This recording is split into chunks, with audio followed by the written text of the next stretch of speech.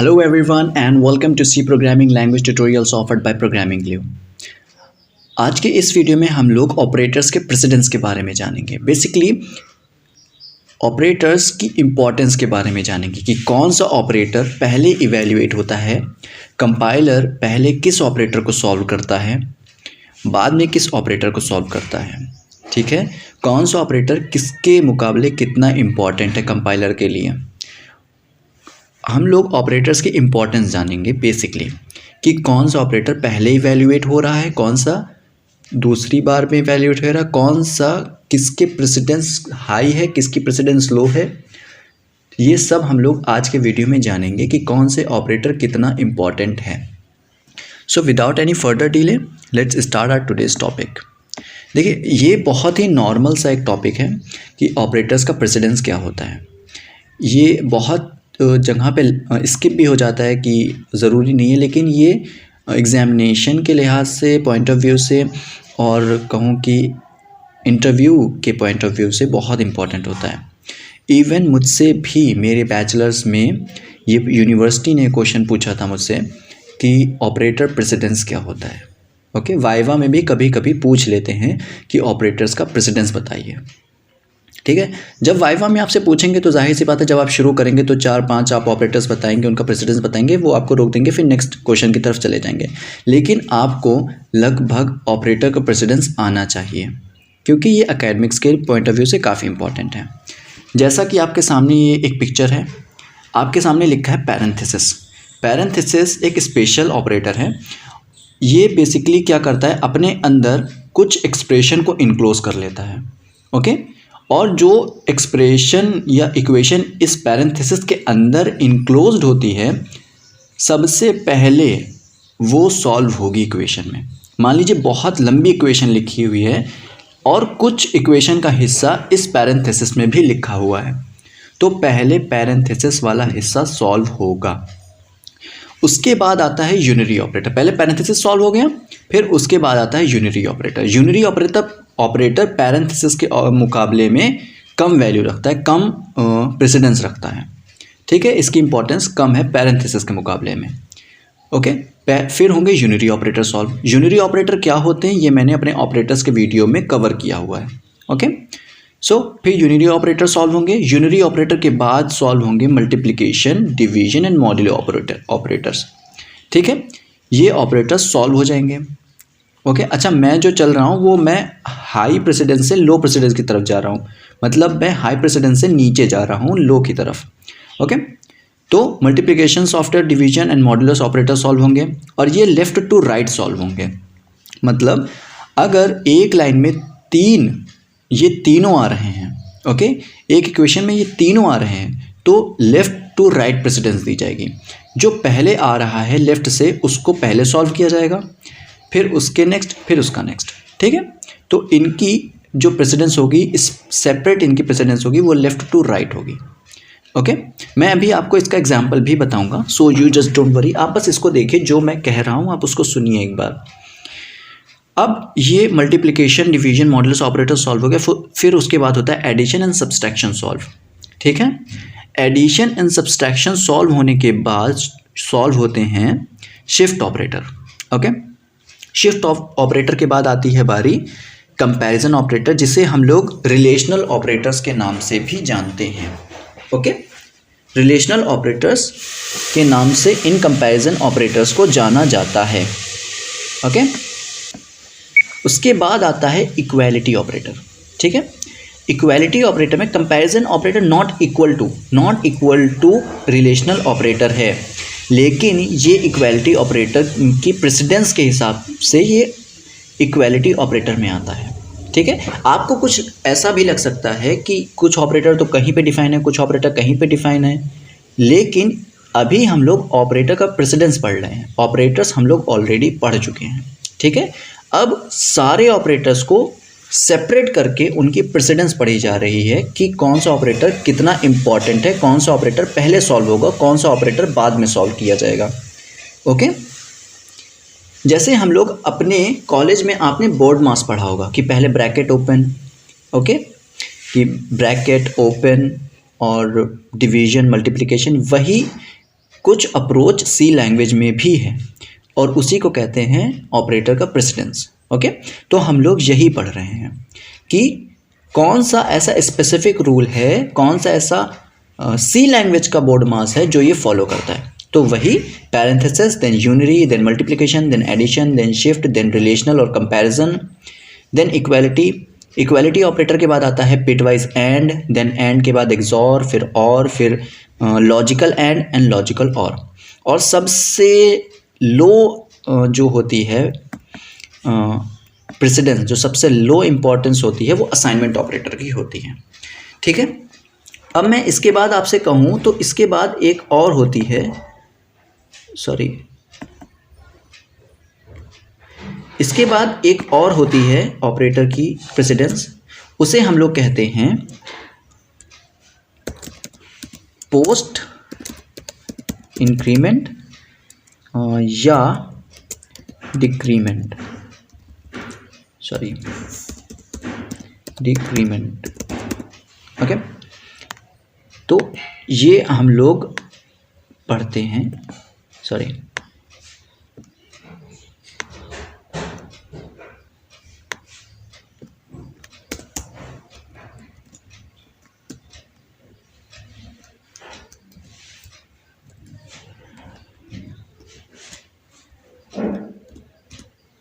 ठीक है, post increment और डिक्रीमेंट।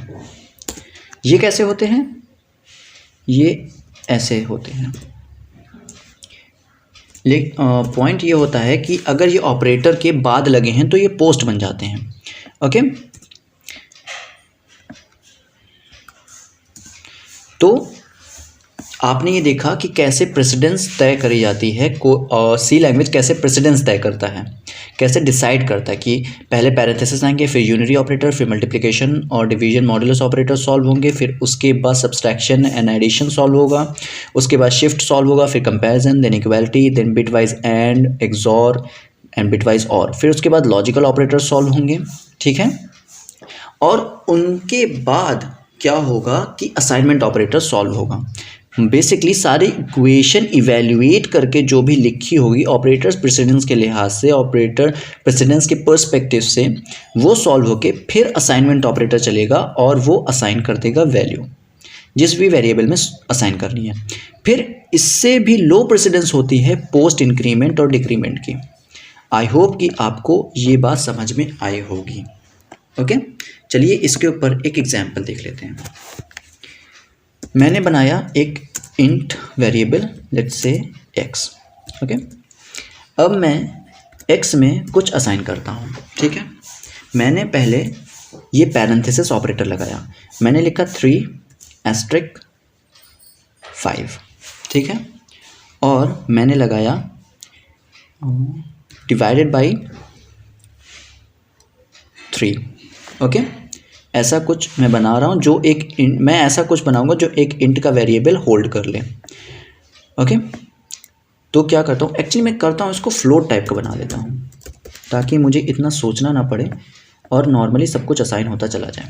ओके, तो 3.0 इसको कर लेता हूँ। अब ये चीज़ सही रहेगी। अब इसमें एक फ्लोट का हो गया तो ये फ्लोट की वैल्यू हो जाएगी।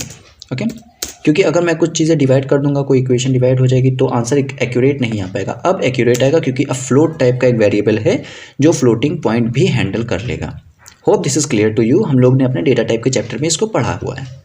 सो अब मैं कुछ लिखता हूँ, जैसे कि मैं लिखता हूँ प्लस, मैं लिखता हूँ 5, देन -2 एंड मैं इसको भी इनक्लोज कर देता हूँ।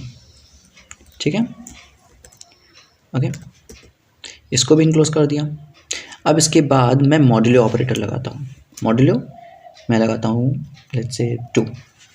ठीक है, और इसके बाद close, printf the value is %f और किस वैल्यू को मैं देखना चाहता हूँ, x को। मैंने उसका सिंपली नाम लिख दिया। अब होगा क्या, पहले ये क्योंकि ये 2 पैरेंथेसिस लगे हुए हैं तो लेफ़्ट टू राइट चलेंगे। ठीक है, पहले लेफ़्ट वाला जो सबसे पहले आ जाएगा उसको सॉल्व किया जाएगा। ओके, इसको सॉल्व किया जाएगा।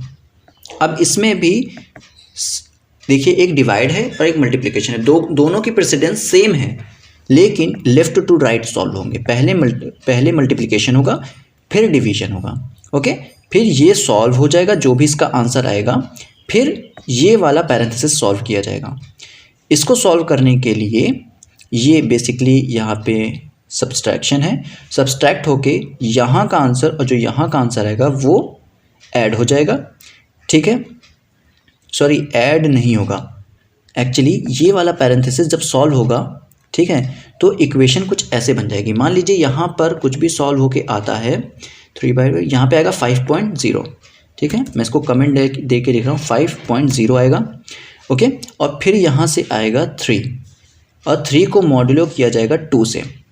ओके, यहाँ पर फिर 3 को क्योंकि मॉडुलस ऑपरेटर पहले चलेगा in the precedence of additional operator. Okay, जैसे कि हम लोग ने यहाँ पे देखा था, पहले मॉडुलस चलेगा उसके बाद में एडिशन चलेगा ना। ठीक है, तो अब आप समझ गए होंगे, मुझे कमेंट डालने की भी कोई ज़रूरत नहीं है।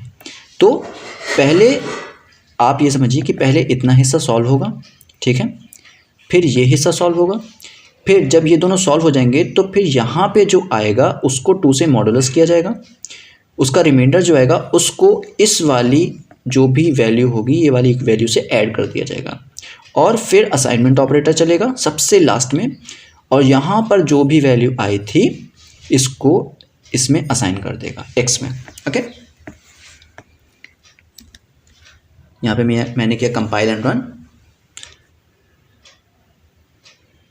So it's executing. तो कुछ हमारी value I, the value is I D, actually मैंने आई डी लिख दिया था, मुझे एज लिखना था, खैर आप उसे इग्नोर करिए।